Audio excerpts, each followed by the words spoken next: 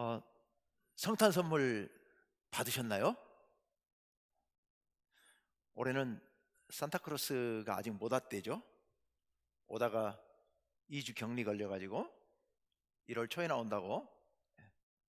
저희가 그 소문을 듣고 교회에서 올해는 성탄 선물을 특별히 따로 좀 준비를 하자 해서 우리 장로님들과 함께 의논해서 성탄 선물을 준비해서 성탄절날 교회 오시면 드리려고 준비를 했었는데, 갑자기 거리두기 2.5단계가 발표되는 통에 성탄절날 오후에 우리 전도사님들과 제가 이렇게 배달을 각 가정에 해드렸습니다. 안타깝게 못 전해드린 가정도 몇 가정 있어요. 한 서너 가정 정도 있는 것 같아요. 그리고 다른 가정들은 거의 다 전달을 해드렸습니다. 늦은 시간까지 전달을 다 해드리고 저녁에 집에 와 있었는데 어떤 분이 성탄 선물을 가져오셨어요. 제 거를요. 뭐 특별히 값이 많이 나가는 건 아니었어요. 어디서든지 쉽게 구할 수 있는 간단한 것들이었는데, 받고 보니까 대단히 정말 기분이 좋더라고요. 어, 주로 과자들이었거든요. 아이들 성탄절에 받는 선물 같은 과자였는데, 기분이 너무 새롭고 좋았습니다. 선물이라는 게 언제나 저도 행복하고 받아도 행복하지만, 특별히 성탄 선물은 참 반갑고 기쁘고 행복하더라고요, 받으니까. 근데 가만히 생각해 보면 우리가 성탄절을 축하하는 인사를 아까 예배 전에도 했습니다마는, 성탄을 축하하는 인사를 하고 성탄 선물을 우리가 받습니다. 그런데 가만히 생각해 보면 이게 맞나 하는 생각이 문득 듭니다. 왜냐하면 성탄절은 누구 생일입니까? 예수님 생일이잖아요. 그럼 예수님이 선물을 받으셔야 되잖아요. 우리는 선물을 드려야 되잖아요. 원래 생일이 그런 거 아닙니까? 생일 맞은 분에게 선물을 드리고 그분을 축하하는 게 맞는데, 성탄절은 예수님 생일이니까 우리가 예수님께 축하드리고 예수님께 선물을 드려야 맞단 말입니다. 그런데 우리끼리 축하하고 우리끼리 선물 주고받고 그렇게 하고 있습니다. 이게 맞나? 이런 생각을 해보게 됩니다. 그런데 또 한편 가만히 생각해 보면 예수님께 축하드리는 게 맞나? 또 이 생각도 들어요. 왜냐하면 우리가 생일을 축하하는 것은 이 땅에 우리 생명이 처음 생겨나서 탄생하는 것을 우리가 축하하는 의미에서, 그날을 기념해서 우리가 생일을 축하하는 것 아니겠습니까? 그런데 우리 예수님은 이 땅에 태어나신 게 우리가 태어나는 것과는 좀 다르잖아요. 예수님께서는 이미 하나님 나라의 태초부터 하나님과 함께 계셨던 분인데, 그런데 우리를 위해 이 땅에 오셨어요. 그것도 하늘의 그 밝고 따뜻하고 행복한 그 좋은 곳에 계시다가 이 어둡고 춥고 누추한 이 땅에 우리를 위해서 당신을 희생하시면서 오신 거잖아요. 그러니까 예수님께는 너무 고통스러운 힘든 일일 텐데 그 일을 우리가 축하하는 게 맞나? 네, 그런 생각도 좀 듭니다. 반면에 우리들이 축하받는 것, 아, 이게 맞겠구나 하는 생각도 또 듭니다.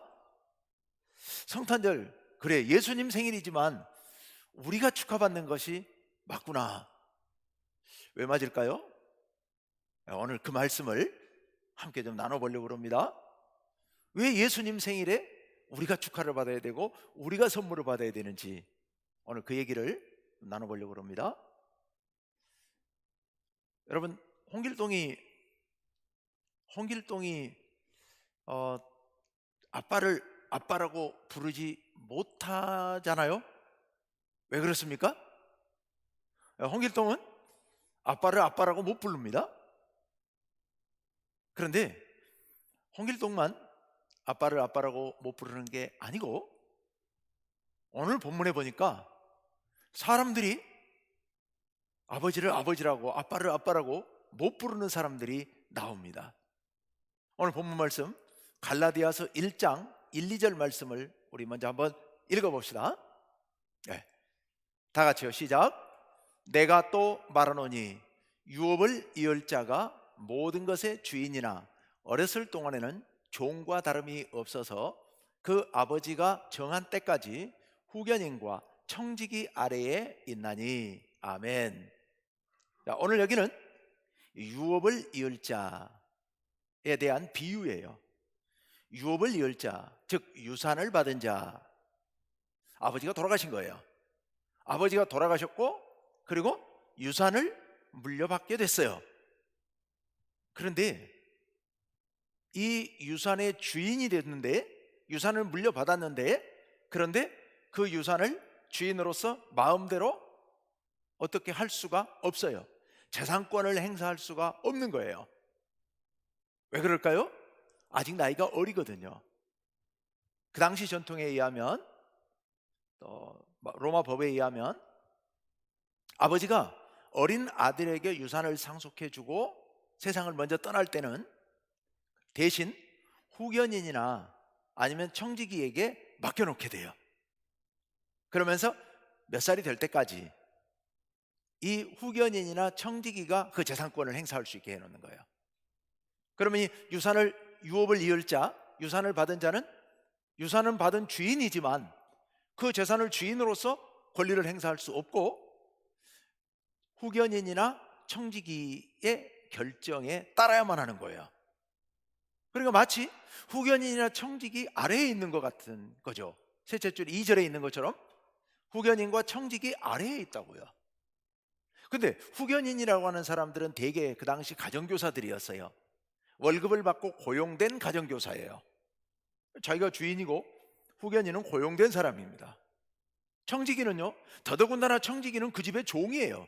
종 중에 이제 우두머리 종이죠. 그래서 재산이나 또는 종들을 관리하는 책임자, 책임 맡은 종이 청지기거든요. 그러니까 이 유업을 이을 자 입장에서 본다면 다 아랫사람들인데, 그런데 그 아랫사람들보다 자기가 더 아래에 있는 거예요. 종처럼요. 주인이 주인 행세를 못하는 지금 이런 상황입니다. 자, 바울은 오늘 갈라디아서를 쓰면서 이 유업을 이을 자라는 비유를 가지고 오늘 말씀을 시작하고 있습니다. 오늘 왜 이 비유를 들었을까? 사실 갈라디아서는 바울이 갈라디아 교회에 쓴 편지이지요. 갈라디아 교회는 바울이 2차 전도 여행 때 세운 교회입니다. 나중에 3차 전도 여행 때 한 번 또 지나가긴 했죠. 근데 3차 전도 여행 때 지나가고 난 후에 얼마 안 있었는데 갈라디아 교회로부터 연락이 왔습니다. 연락을 듣고 바울이 몹시 화가 난 겁니다. 문제가 생긴 거예요. 갈라디아 교회에. 무슨 문제가 생겼느냐? 바울이 없는 틈에 주로 이방인들이 모여있는 그 갈라디아 교회에 유대인들이 찾아온 거예요. 유대인들이 찾아와서 그들이 엉뚱한 것을 가르쳐 놓은 겁니다. 그래서 갈라디아 교인들 사이에 이 고민이 생긴 거예요. 뭘 가르쳤길래 그들이 고민에 빠졌느냐? 그들이 와서 하는 얘기가 이거예요. 너희 예수 믿고 세례 받았지? 그래서 구원받았다고 생각하지? 아니야, 그게 아니야.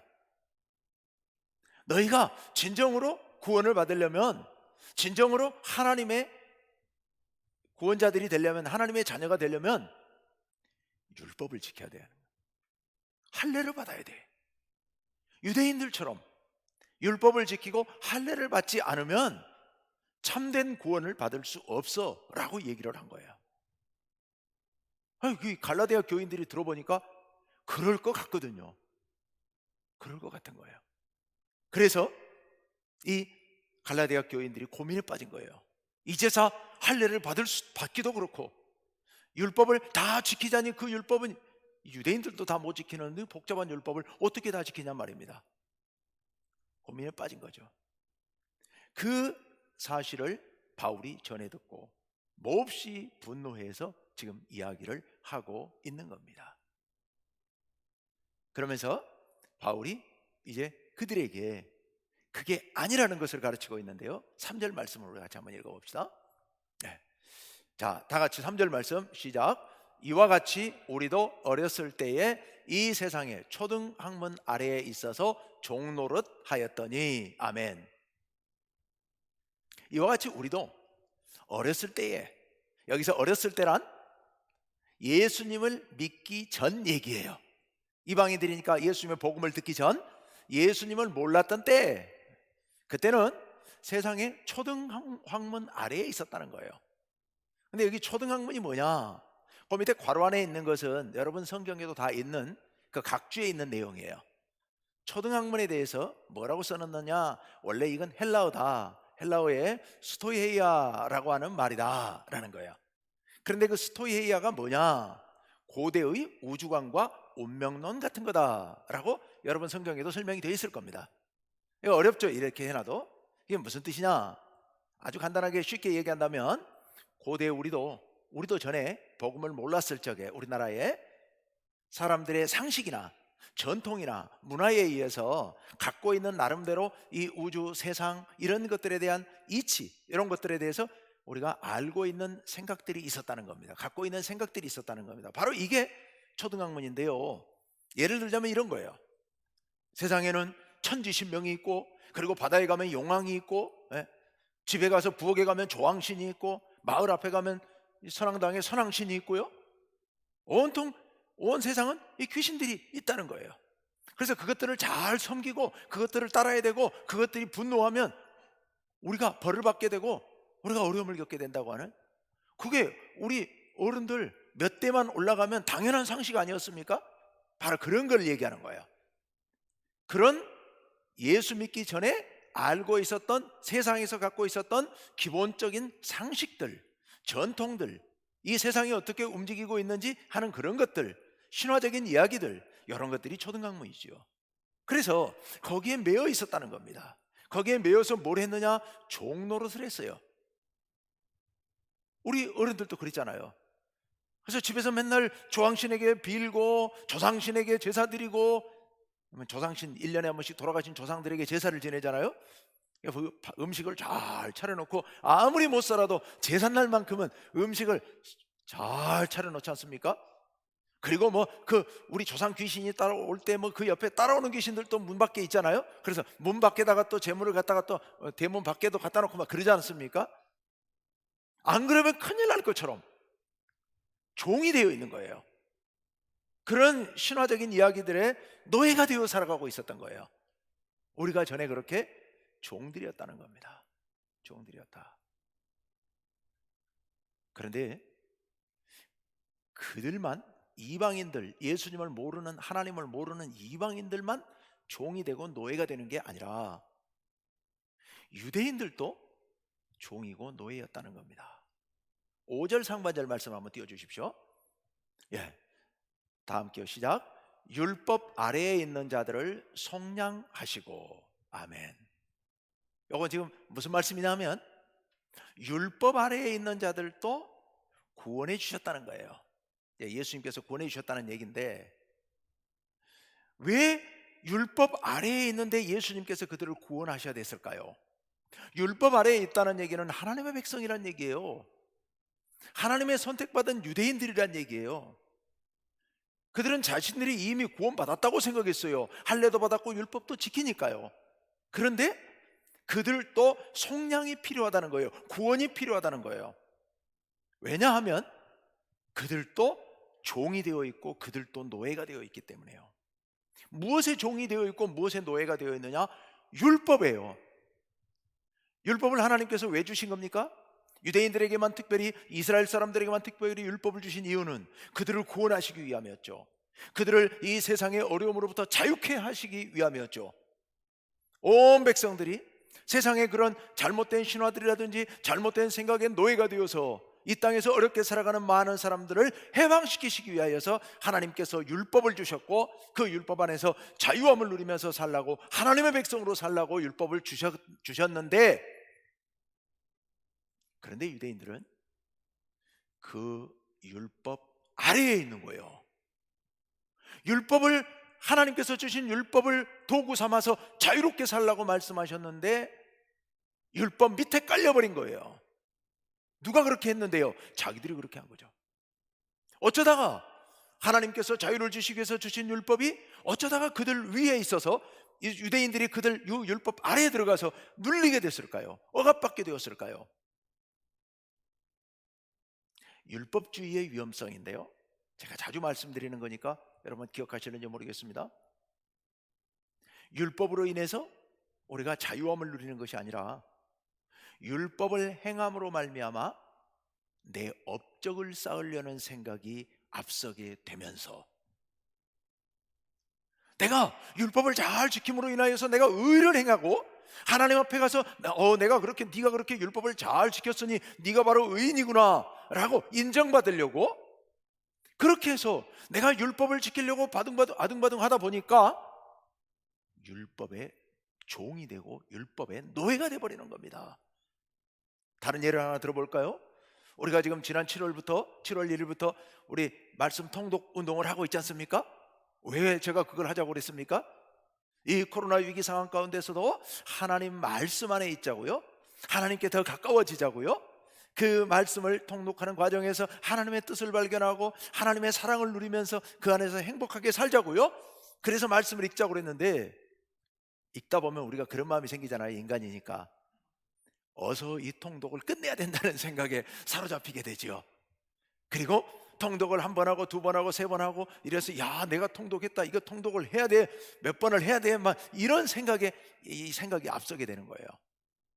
그런 생각에 짓눌리게 되면 말씀을 읽으면서 그 안에서 하나님과 따뜻한 사랑의 교제를 나눠야 될 텐데 그건 어디로 가버리고 어서 빨리빨리 읽어가지고 이것을 통독을 완료해야 되겠다고 하는 생각에 종이 되고 노예가 되어버리는 겁니다. 우리의 마음이 자칫 그렇게 빠질 수가 있어요. 조심하셔야 됩니다. 말씀을 읽되 내가 빨리 읽어서 뭔가 목표를 달성해야 되는 생각에 매이지 마시고, 그 안에서, 말씀 안에서 하나님의 놀라운 은혜와 사랑을 날마다 누릴 수 있는데 거기에 초점을 맞추셔야 돼요. 율법도 그랬던 거예요. 하나님께서 율법을 주실 때는 그렇게 주셨는데 이스라엘 백성들은 그 율법에 매여가지고 율법을 어서 달성해가지고 잘 지켜서, 그래서 내가 이렇게 율법을 지켰다 하고 하나님 앞에 가서 자랑하려고, 그럼 내 자랑, 내 업적이 돼버리면 하나님 앞에서는 그것이 교만이 되고 예수님의 십자가의 은혜가 의미 없고 쓸데없는 것으로 여기게 만드는 그런 길이기 때문에 이것은 어쩌면 큰 죄악이 되고 우리의 크게 잘못된 길이 될 수가 있다는 겁니다. 유대인들이 바로 그랬던 거예요. 율법 아래에 깔려버린 거예요. 하나님께서는 우리 인간을 창조하실 때 존엄한 존재들로 창조하셨습니다. 하나님의 형상을 닮은 존엄한 존재들로요.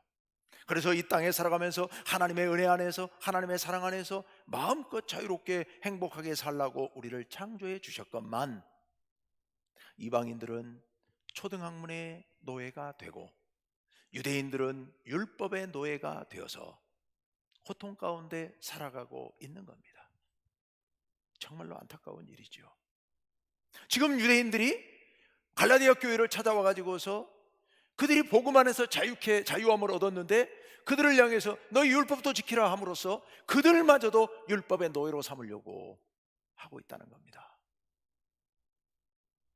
어떻게 해야 될까요? 바울은 갈라디아 교회를 향하여서, 그런 갈라디아 교회를 향하여서 4절을 말씀하고 있습니다. 우리 4절 한번 읽어봅시다. 다 같이요, 시작. 때가 참에 하나님이 그 아들을 보내사 여자에게서 나게 하시고 율법 아래에 나게 하신 것은, 아멘. 때가 찼습니다. 무슨 때가 찼습니까? 하나님께서 메시아 그리스도를 보내시기로 계획하셨던 그 때가 찬 겁니다.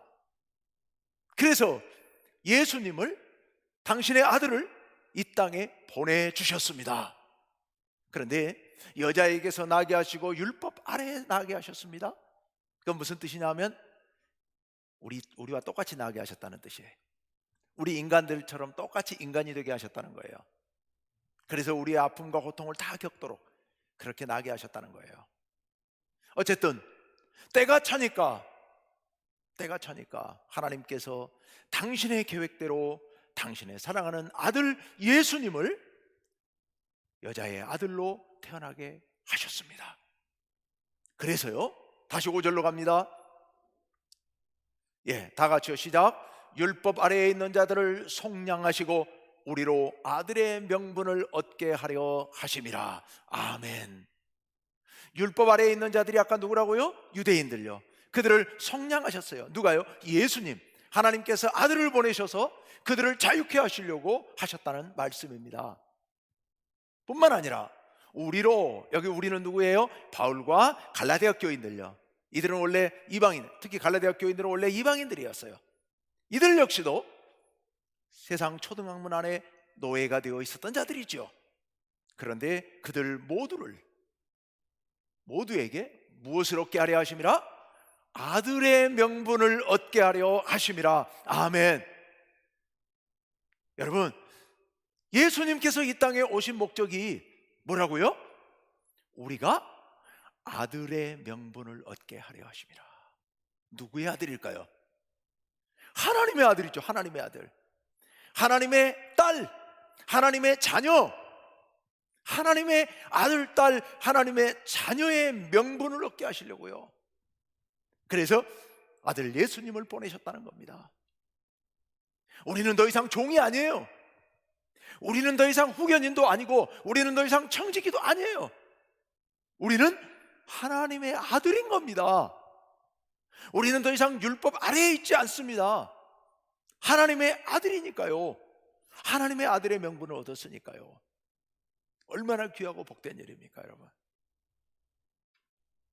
억눌려 있던 우리들을 자유케 하셔서 자유한 아들이 되도록 우리에게 허락해 주시기 위해 독생자 예수님을 이 땅에 보내셨다는 말씀인 겁니다. 그런데 여러분,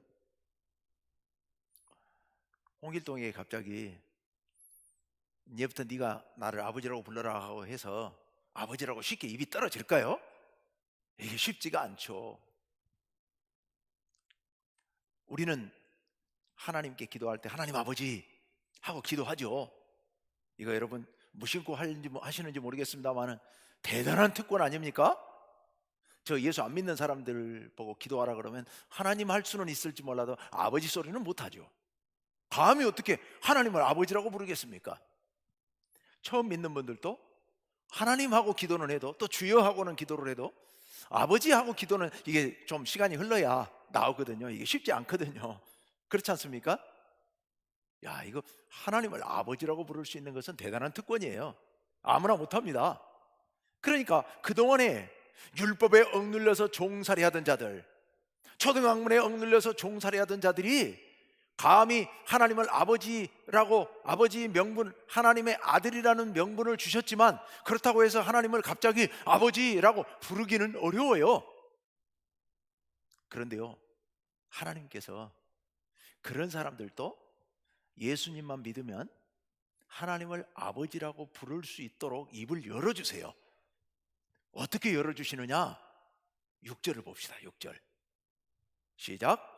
너희가 아들이므로 하나님이 그 아들의 영을 우리 마음 가운데 보내사 아빠 아버지라 부르게 하셨느니라. 아멘. 우리가 이제 하나님의 아들이 됐어요. 그래서 하나님께서 아들 명분만 주신 게 아니라 아들의 영도 주시는 거예요. 여기 아들의 영은 성령이죠. 성령을 우리에게 보내주시는 거예요. 예수님을 믿기로 고백하고 예수님을 주로 고백하는 모든 사람들에게는 성령께서 임하십니다.